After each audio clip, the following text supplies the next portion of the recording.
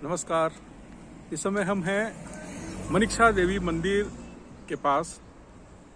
आप जब देहरादून से ऋषिकेश की ओर जाते हैं तो रास्ते में आपको नरेंद्र नगर के लिए एक बाईपास मिलता है। उस बाईपास पर लगभग 1 या 2 किलोमीटर आप चलने के बाद आपको बाएं हाथ पर मनिक्षा देवी का मंदिर का रास्ता आपको दिखाई देगा। और इस समय हम लोग मनिक्षा देवी मंदिर जा रहे हैं। थोड़ा सा चढ़ाई है और ये है माता का मंदिर और ये द्वार है माता मंदिर का। और यहाँ इस समय कुछ लोग आ रखे हैं, नवरात्र चल रहे हैं। तो जय माता की। पेड़ी पेड़ी चढ़ते जाओ, जय माता की कहते जाओ।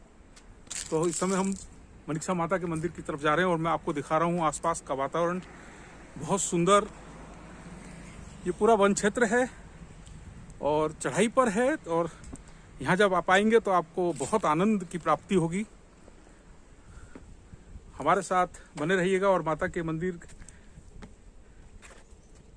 का जो रास्ता है उसको देखते रहिएगा। आपको दिखेगा, बहुत शानदार अनुपम नज़ारा दिखेगा। यहाँ लिखा हुआ है बंदरों को प्रसाद ना दें। यहाँ बहुत बंदर हैं। बंदरों से प्रसाद को बचा कर रखें, अपने आप को बचा कर रखें। ये देखिएगा, सीढ़ियाँ चढ़ रहे हैं हम लोग माता के मंदिर। जय माता दी। माता का नाम लेते रहें, दुख तकलीफें सब दूर होती रहेंगी, सुख समृद्धि से भरपूर होंगे। तो मैं यहाँ पहली बार आया हूँ और बहुत अच्छा लग रहा है। शांत प्राकृतिक वातावरण में बहुत शानदार हवा चल रही है। इस समय गर्मियों के दिनों में शहर में जहाँ आप 2 मिनट खड़े नहीं हो सकते बाहर धूप में, यहाँ पर कितना अच्छा लग रहा है और बहुत ठंडा है इस समय। मुझे तो बहुत आनंद आ रहा है। आसपास का नज़ारा देखिएगा।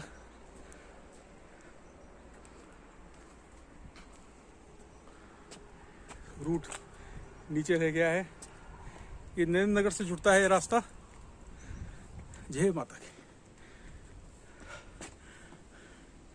बहुत ज़्यादा चढ़ाई नहीं चढ़नी है, लेकिन कुछ चढ़ाई है। जय माता की। देखिएगा, वो मंदिर की तरफ पहुंच रहे हैं। मंदिर ज़्यादा दूर नहीं है, मंदिर नज़दीक है।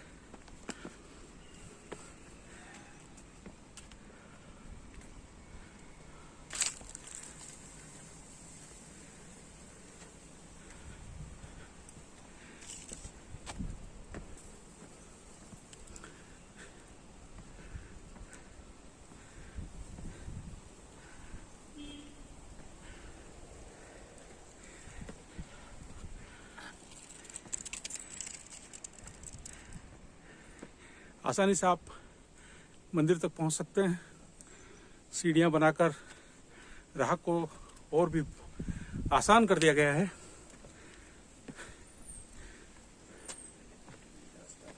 पहले यहाँ पर रास्ता बड़ा कच्चा रास्ता था और पगडंडी नुमा था, चलने में दिक्कत होगी क्योंकि मैं तो पहले नहीं आया। मुझे कुछ लोगों ने बताया कि पगडंडी नुमा रास्ता था। अब तो पक्का निर्माण हो गया है। अब सीढ़ियों पर धीरे धीरे चढ़ते जाओ, माता का नाम लेते जाओ, आगे बढ़ते जाओ। माता का मंदिर अब आ गया है और यहाँ देखिएगा लंगूर आपको दिखाई दे रहे हैं। लंगूर अभी अपने भोजन पानी में लगे हैं। देखिएगा, डरना नहीं है, किसी जीव को छेड़ना भी नहीं है। आसान से आप अपना रास्ते को, वनों की शान ही जीव है, पेड़ है। ये माता का मंदिर आ गया है।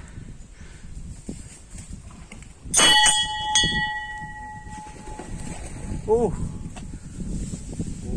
हाँ, बड़ी छिपकली गो है। जी। जय माता की। अब हम पहुंच गए हैं माता के मंदिर में। बहुत अच्छा लग रहा है यहाँ, प्रकृति की गोद में है। ये माता का मंदिर है। देखिएगा, मैं आपको दिखा रहा हूँ। यहाँ आइएगा, माता के दर्शन कीजिएगा। नवरात्र के दिन है।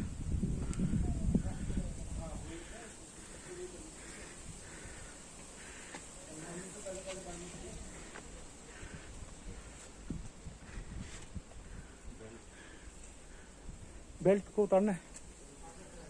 चमड़े की बेल्ट पर्स को मंदिर परिसर में ले जाना मना है। ये कुछ नियम है, जिन नियमों का आपको पालन करना होगा माता के मंदिर में आकर। बेल्ट उतारनी है पंडित। बेल्ट हम लोग को मंदिर परिसर से बाहर ही उतारनी है। चमड़े की कोई भी वस्तु आपको मंदिर परिसर में नहीं ले जानी है, ये नियम है। और इस नियम का पालन सबको करना है। मंदिर परिसर बहुत सुंदर है और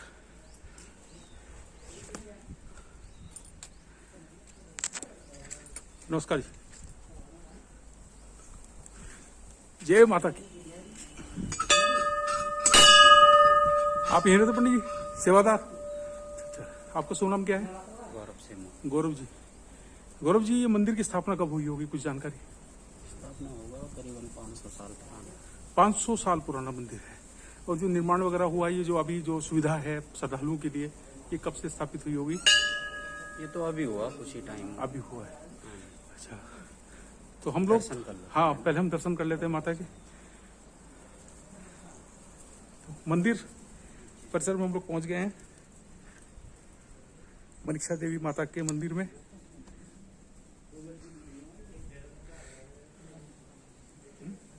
फोटो नहीं, अच्छा फोटो नहीं लेना है सर? ठीक है ठीक है ठीक है ठीक है ठीक है सर, बिल्कुल नहीं। मंदिर में आकर आपको फोटोग्राफ नहीं करना है, कोई वीडियो आपको प्रतिमा का नहीं करना है। ये नियम है और इस नियम का पालन करना हम सबके लिए बहुत ज़रूरी है। तो मैं फिलहाल अभी आपको आसपास के वातावरण को दिखाने की कोशिश कर रहा हूँ। ये देखिएगा कितना अनुपम नज़ारा है, कितना सुंदर दृश्य है। मंदिर के पास देखिएगा, नीचे वन क्षेत्र, नीचे सड़क जा रही है, सड़क भी साफ दिख रही है, बहुत सुंदर है। प्रभु शंकर जी की मूर्ति लगी है। जय प्रभु। सर, मैं आपसे जानना चाह रहा हूँ कि माता मनीषा मंदिर में आप आए हैं और आपसे जो मुझे जानकारी मिली है कि माँ मनीषा आपकी कुल देवी हैं। तो आप लोग कब से यहाँ मंदिर में आ रहे हैं और क्या नियम है, कुछ इसके बारे में मुझे जानकारी चाहिए। ये तो हमारे पुरखों से चल रही थी, बाप दादाओं से चल रही है। जी सर। तो ये हमारा पहले ये था कि आषाढ़ के महीने हमारा पूरे गांव के, मतलब आषाढ़ के महीने तो आना ही है एक दिन। जी जी जी। पूरे परिवार से ही। जी सर। तो उसके पहले ऐसा होता था कि मैं आषाढ़ में था, उसके बाद ऐसा होने लगे हमारे से कि अब जब भी हमें टाइम मिलता है हम आते रहते हैं जी मंदिर में। तो हमारी ये मतलब पुरखों से ही चली आ रही है। कुल देवी हमारी यही है। कोई भी शुभ काम हो सबसे पहले इन्हीं के नाम से निकालते हैं। जी जी। या कोई भी ब्याह शादी, कोई भी ऐसा फंक्शन हो, सबसे पहले इधर ही तो आगे माता से लेने आते हैं जी। फंक्शन के लिए। कितने गांव हैं जो जिनकी माता जो है कुल देवी हैं? बताइए। दरकोट ग्राम सभा है, ये रानी पोखरी न्याय पंचायत लगभग सारी है। बाकी ऋषिकेश, देहरादून जी जी में बाहर से भी काफी यात्री आते हैं। जी। तो मैं एक जानकारी और चाह रहा था, जैसे कि आप यहाँ पर आते थे पहले, तो ये कंस्ट्रक्शन वगैरह जो हुआ है, जो सुविधा मिली है श्रद्धालुओं के लिए, ये अभी से है या पहले कैसा था? नहीं, पहले ये मिट्टी की दीवारें थी, पिंडी रूप में माँ जी जी जी विराजमान थी। जी जी जी तो उसके बाद बाबा जी के उसमें जी सुरेंद्र सिंह महाराज जी थे। जी जी तो उन्होंने काफी यहाँ पे उन्हीं के उसमें जी। देख रेख में मंदिर हुआ। जी जी मंदिर बने, टीन सेट बना। जी जी मतलब काफी उन्होंने काम ऐसे किए कि यात्रियों के लिए काफी सुविधा हुई जी बैठने के लिए। वो जी, जी। पहले इतनी सुविधा नहीं थी। जी जी। तो उनके मतलब यह है कि अच्छा, यहाँ को भंडारा होता है सर? हाँ जी, भंडारा होता है। तो उसका कोई तिथि निर्धारित है या? तिथि निर्धारित है हर नवरात्रों में। जी ये चैत के नवरात्रे आते हैं जी जी और ये सर्दियों वाले जो नवरात्रे आए हैं जी जी उस समय पाठ बैठता है जी। और नवमी के दिन भंडारा होता है। तो बहन जी, हमसे बात करने के लिए बहुत बहुत धन्यवाद आपका। Thank you. अभी हम मुलाकात कर रहे हैं श्री हर्षमणि नोटियाल जी से, जो माँ मनीषा मंदिर में देखरेख और संचालन की भूमिका में है, संचालनकर्ता की भूमिका में है। सर, मैं आपसे जानना चाहूंगा कि मंदिर का महात्म्य क्या है? सबसे पहले मैं सभी लोगों से कहना चाहूँगा, जो भी आपके यूट्यूबर के माध्यम से इस मंदिर के दर्शन कर पा रहा है, वो सबसे पहले जहाँ पर भी है वहीं पर से माँ भगवती का ध्यान करके माँ भगवती का लिए हाथ जोड़े और आराधना करें। नमो देव्ये महादेव्ये शिवाय सत्यम नमः नमः प्रकृते भद्राय नियता प्रणता स्मताम। क्योंकि हमारे जो सनातन धर्म की जो पद्धति है, हमारे यहाँ भाव की प्रधानता सबसे प्रधान होती है।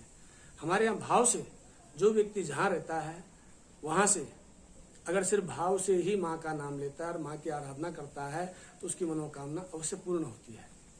और दूसरी बात है कि यहाँ पर जो ये मनीषा मंदिर है, मनीषा मंदिर जो है कम से कम 500 वर्षों से पुराना मंदिर है, जहाँ पर जो है हमारे पूर्वज, हमारे दादा परदादा जो लोग यहाँ पर जो है आते थे। 500 वर्षों से पुराना प्राचीन मंदिर है और शक्तिपीठ है। अनेक शक्तिपीठों में से एक शक्तिपीठ ये भी है, जहाँ पर जो है माँ भगवती की पिंडी है और माँ भगवती की पिंडी में जो है माँ भगवती ही महाकाली, महालक्ष्मी और माँ सरस्वती तीनों देवियाँ सन्निहित है, समाहित है। और यहाँ पर जो भाव से आता है और माँ के दर्शन करता है उसकी मनोकामना अवश्य पूर्ण होती है। यहाँ पर जो माँ भगवती की जो पिंडी है, यहाँ पर जो एक संत रहा करते थे, उनका मैं नाम तो नहीं बता पाऊंगा, पर उन्होंने यहाँ पर माँ भगवती की आराधना की थी। और माँ भगवती की जब उन्होंने आराधना की तो उनको जो है इस पिंडी में माँ भगवती के दर्शन हुए हैं। उस समय यहाँ पर किसी प्रकार का जल नहीं हुआ करता था। जब उनको भगवती के दर्शन हुए, उन्होंने भगवती की आराधना की तो माँ भगवती का पूजन किया। पूजन करने के बाद माँ भगवती जो है उस पिंडी में सन्निहित हो गई, समाहित हो गई। और जब उस पिंडी में समाहित हो गई तो हमारे यहाँ पर के आसपास के जो क्षेत्र के लोग थे, सभी लोग दूर दराज से जो आने वाले थे, सब उस माँ भगवती के जो है पूजन करने लगे। पहले यहाँ पर किसी प्रकार का जल नहीं था। जब से ये पिंडी यहाँ पर स्थापित हुई है तब से जो है वहीं पर जल अवतरित हुआ है। और दूसरी बात है कि आप यहाँ पर कहीं पर भी देखेंगे, यहाँ पर कहीं पर भी जल की किसी प्रकार की व्यवस्था नहीं है। यहाँ पर न कोई टैंक है, न कोई जल का स्रोत कहीं पर है। सिर्फ वहीं पर माँ भगवती के चरणों में पिंडी के समीप ही जल निकलता है और उसी जल को हमने जो है टैंक में स्थापित किया हुआ है और टैंक के द्वारा ही पाइपलाइन में ये जल आता है। यहाँ पर बड़े बड़े भंडारे होते हैं। जो भी यहाँ पर माँ भगवती का प्रसाद बनता है वो उसी जल के द्वारा। यहाँ पर लोग बड़ी दूर दराज से आते हैं। हमारे यहाँ पर दिल्ली से कई लोग आते हैं जो यहाँ पर जो है मई और जून में, खास करके हमारे यहाँ पर दिल्ली के लोग आते हैं। वो इस जल के द्वारा स्नान करते हैं, उसी जल से भोजन करते हैं और उसी जल को अपनी केन में भर करके अपने घर में ले जाते हैं। और दूसरी बात, इस जल की बहुत महिमा है क्योंकि हमारे यहाँ भाव की जो प्रधानता होती है, उस भाव के द्वारा जो इस जल से अपने घर में जल का छींटा लगाता है, इस जल से स्नान करता है, उसके शरीर में, क्योंकि हमारे यहाँ भाव की प्रधानता है ना, भाव के द्वारा अगर इस जल से स्नान करता है तो हमारे शरीर में जो चर्म रोग वगैरह होता है वो सब इस जल से समाप्त हो जाता है। हमारे यहाँ पर सदगुरुदेव महाराज थे, उनके गुरु थे, उन्होंने कई वर्षों तक यहाँ पर माँ भगवती की आराधना की। तब यहाँ पर कुछ नहीं था। फिर हमारे गुरु जी हुए हैं, महाराज जी, जिनके आप फोटो बाहर देखेंगे, जिन्होंने यहाँ पर जो है बहुत कुछ किया। जब यहाँ पर मेरे देखते देखते उन्होंने यहाँ पर ये सब मंदिरों का निर्माण, ये सब टीन सेट वगैरह, यहाँ पर जो रहने की व्यवस्था, ये सब उन्हीं के द्वारा की गई है। और एक मैं नई बात बताऊंगा, अभी हमारे यहाँ पिछले वर्ष जो है भूवैज्ञानिक वाले आए थे जी। भूवैज्ञानिक वाले इस बात को मानने से इनकार करने लगे कि आप झूठ बोल रहे हैं कि यहाँ पर जल कहीं से आता नहीं है जी। हमने कहा कि ये जल यहीं पर निकलता है जी। तो हमने कहा कि हम आपको भोजन दे सकते हैं, रहने की व्यवस्था दे सकते हैं जी। आप हमारे यहाँ पर रहिए। और उनके पास कोई यंत्र था एक ऐसा जी। इस यंत्र को मैं नाम तो नहीं बता पाऊंगा कौन सा यंत्र था जी। तो उस यंत्र को इन्होंने 3 जगह लगाया। तो उन्होंने इस भूमि का कुछ ऐसा नाम बताया कि जिस भूमि पर किसी प्रकार का जल नहीं होना चाहिए। हाँ जी। 3 दिन तक वो लोग यहाँ पर रहे थे। मैंने लिखा है वो किसी कागज में कौन से यंत्र के द्वारा उन्होंने यहाँ पर देखा था जी। तब वो तीसरे दिन जो है हमें प्रणाम करके माता भगवती के चरणों में जो है प्रणाम करके माथा टेक करके उन्होंने कहा, पंडित जी हमसे गलती हो गई है जी। इस गलती के लिए हम क्षमा चाहते हैं जी। और दूसरी बात, यहाँ पर शक्तिपीठ है, माँ भगवती का स्थान है। आज आप ये जाला देख रहे हैं, ये हमने सिर्फ अपनी सेफ्टी के लिए लगाया है। पहले यहाँ पर जो है पहले क्या है, अभी भी जब रात्रि को हम लोग कोई भी यात्री लोग रुकते हैं तो यहाँ पर इसी टीन सेट के नीचे सोते हैं। यहाँ पर अनेक प्रकार के जानवर आते हैं, परंतु मनुष्य को किसी प्रकार का भी नुकसान नहीं करते हैं। और रात्रि को आप 12 से 2 बजे के बीच में जब भी आप देखेंगे तो माँ के द्वार पर जो है 2 आंखें चमकती है। वो माँ भगवती के दर्शन करने के लिए शेर आज भी आता है यहाँ पर जी। जी। और एक क्या है कि एक यहाँ पर एक इतना बड़ा जानवर आता है कि जिसकी पूंछ जो है कम से कम 5-6 फीट लंबी होगी जी। वो किसी प्रकार का नुकसान नहीं पहुंचाता है। हमारे यहाँ पर एक शास्त्री जी हैं, अरविंद जी, जी, जी। वो उसकी पूंछ को खींचते हैं। अच्छा। हाँ, फिर वो बेचारा जो है उड़ जाता है। जी, फिर दूसरे दिन उसका स्थान बिल्कुल एक जगह स्थापित है। जी कुल मिला के बात यह है जी जी कि हमारे यहाँ भाव की प्रधानता है जी और भाव जी के द्वारा जो माँ भगवती के मंदिर में 41 दिन तक आता है जी प्रतिदिन जी जी सुबह और शाम जी, एक जी, टाइम, या जी, सुबह हो या शाम सायंकाले। जी अगर उस 41 दिन के अंदर अंदर उसकी जो कामना होती है वो अवश्य परिपूर्ण होती है। ये हमने देखा है और यहाँ माँ भगवती का चमत्कार है। और अब अभी हमें पंडित नोटियाल जी हमें अभी जानकारी दे रहे थे मंदिर के महत्व के बारे में, और भी बहुत सारी रोचक जानकारियां आपने पंडित जी हमें दी हैं। और जल के बारे में आपने हमें बताया कि वैज्ञानिकों ने भी ये निष्कर्ष निकाल लिया है कि यहाँ पर जल नहीं हो सकता है। इस जो श्रृंखला है, जो पर्वत श्रृंखला है, कुछ नाम बताया था उन्होंने इस भूमि का कि ये भूमि है, इस भूमि पर जल, पर यहाँ पर जल अभी भी यहाँ एक स्रोत विकसित हुआ है जल का, जिससे यहाँ मंदिर के जितने भी कार्य हैं वो संपन्न होते हैं। और आपने इस जल के महत्व के बारे में भी बहुत सारी जानकारी दी, और हमें जानकारी देने के लिए पंडित जी आपका बहुत बहुत धन्यवाद। थैंक यू सर, धन्यवाद।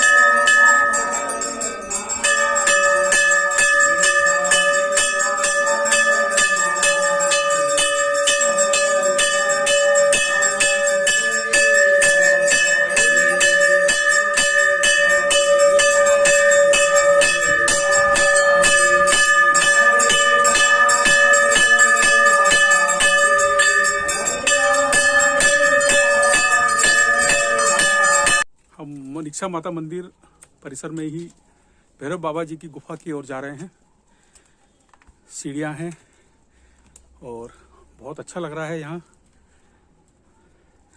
भैरव बाबा जी की गुफा के दर्शन मैं आपको कराऊंगा।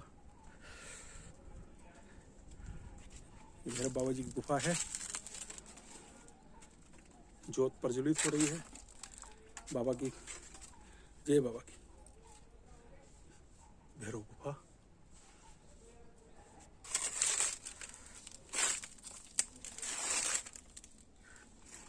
तो भैरव बाबा जी की गुफा के दर्शन आपने किए हैं।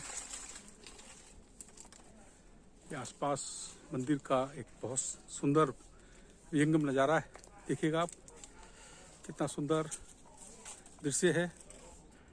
आसपास दूर तक दिखती पर्वत मालाएं आपको दिखाई दे रही होंगी, वृक्ष हैं, पक्षियों की आवाज़ आ रही है। बहुत अच्छा लग रहा है। शाम का समय है।